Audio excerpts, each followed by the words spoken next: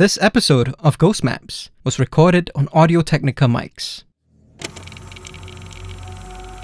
Ghost Maps. Entry 18, Tampines, Singapore. Haden hops to his feet to greet me and shake my hand when I arrive at the coffee shop near the Ang Mo Kio interchange. He tells me that he's really been looking forward to our meeting. But before I can respond, he's already excitedly ruffling through his backpack. Onto the green, slightly damp coffee shop table, he messily stacks files, folders, and stray bits of crumpled A4 paper. He talks at length about how he's been studying the supernatural too, and wants to share with me all the information he's gathered up. I managed to calm him down by telling him that maybe we could talk about all of this another time, and just to stick to what he's experienced personally for now. He nods, only slightly deflated by my suggestion. When the drink stall auntie comes by our table, I order myself a copio, and Haden asks for the same. Quickly, I interject and suggest that maybe a soothing lemon barley might be what he needs right now instead, to help him focus on telling his story as best as he can, of course. He agrees and changes his order. I ask Haden where this enthusiasm for the supernatural came from, and he says that it actually only started after his own experience. I think to myself, with a slight smile, I've noticed over the years that there's a certain group of people who tend to jump into the supernatural rather eagerly after their first brush with the beyond. Haden is clearly one of those people. It's certainly not the worst response to an otherwise traumatic incident, so I try not to discourage it, but it also means that I'll need to tread a little more cautiously when it comes to coaxing his story out of him. Haden's barley arrives just as I take out my recorder and ask him to slowly start from the beginning. Devon and Pete didn't want to come out, but Haden kept insisting. The last time that they were all in Singapore together had been around 2 years ago. So Haden felt that the three childhood friends were long overdue for a reunion. Devon and Pete were hesitant because, unlike Haden, neither of them were entirely comfortable with being out too late during the Hungry Ghost Month. After constantly badgering them about meeting up though, Haden's friends eventually relented, but only on two conditions. They'd meet near Devon and Pete's home in Tampines, and it would just be for a quick cup of coffee. "We won't leave any later than 8 p.m, Haden promised.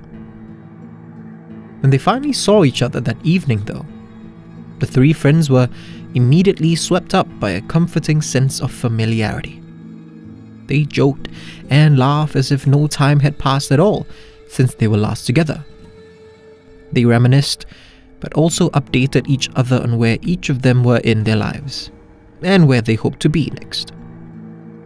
Before any of them knew it, it was well past 10 p.m. Pete and Devon seemed uneasy when they realized how late it was, but not as nervous as they expected to be. Haden proposed that they cut across a nearby park, which would take them straight to Pete's flat.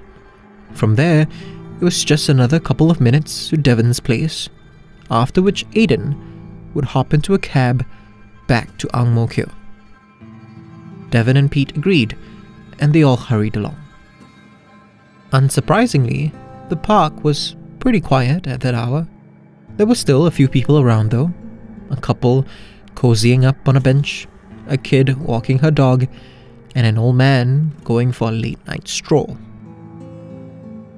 Haden, Devon and Pete continued chatting, but Haden could sense that his friends were getting a little tense.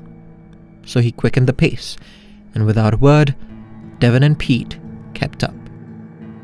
They started to look a bit more relieved, especially with the main road now just in sight, about 200 meters away. But then Pete suddenly stopped in his tracks. Haden tells me, in a tone that's definitely more somber than before, that when they were younger, Pete had confided in them that he had the ability to see beyond the ordinary. The third eye, he called it. Haden at the time hadn't believed him, but kept his skepticism to himself. Staring blankly into the distance, he says, "I honestly still didn't believe him, even right up to that moment." He pauses for a moment, then adds, "But then I saw it."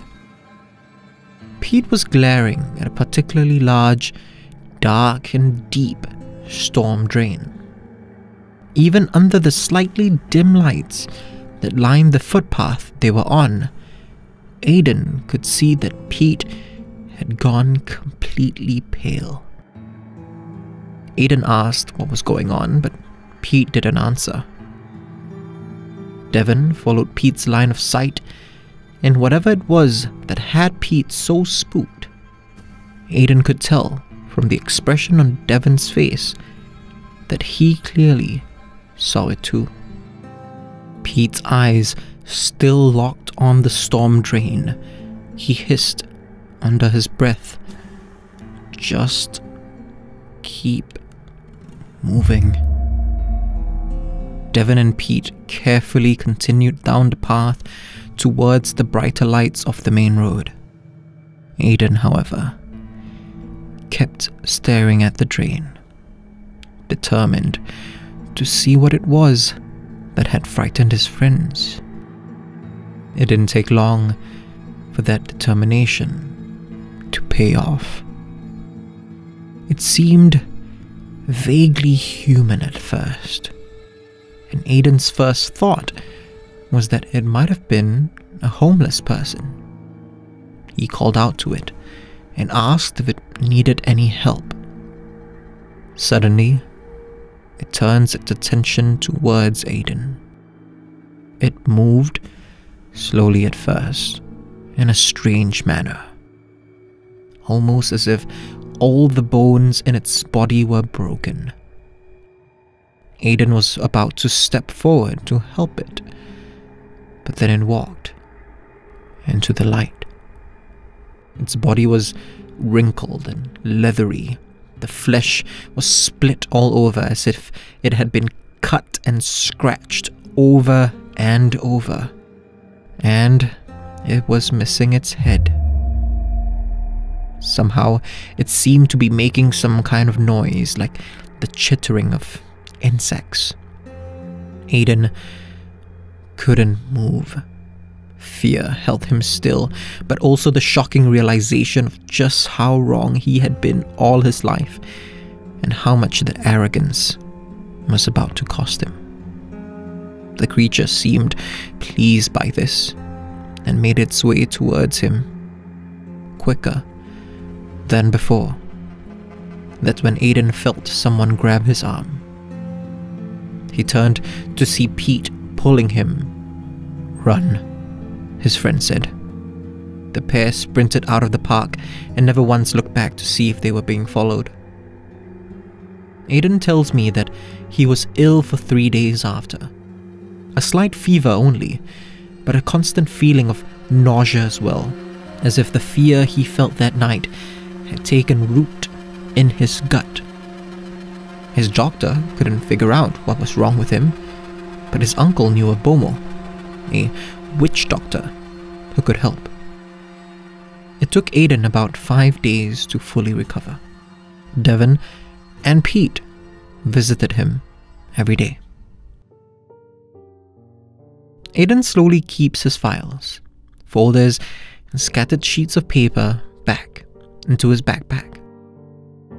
Finally, I can completely see the unease that was hidden under all that enthusiasm. Thankfully, it's not a crippling anxiety. There's a stubbornness in Haden's eyes, one that says that now that he's been proven wrong, he'll never get caught off guard again.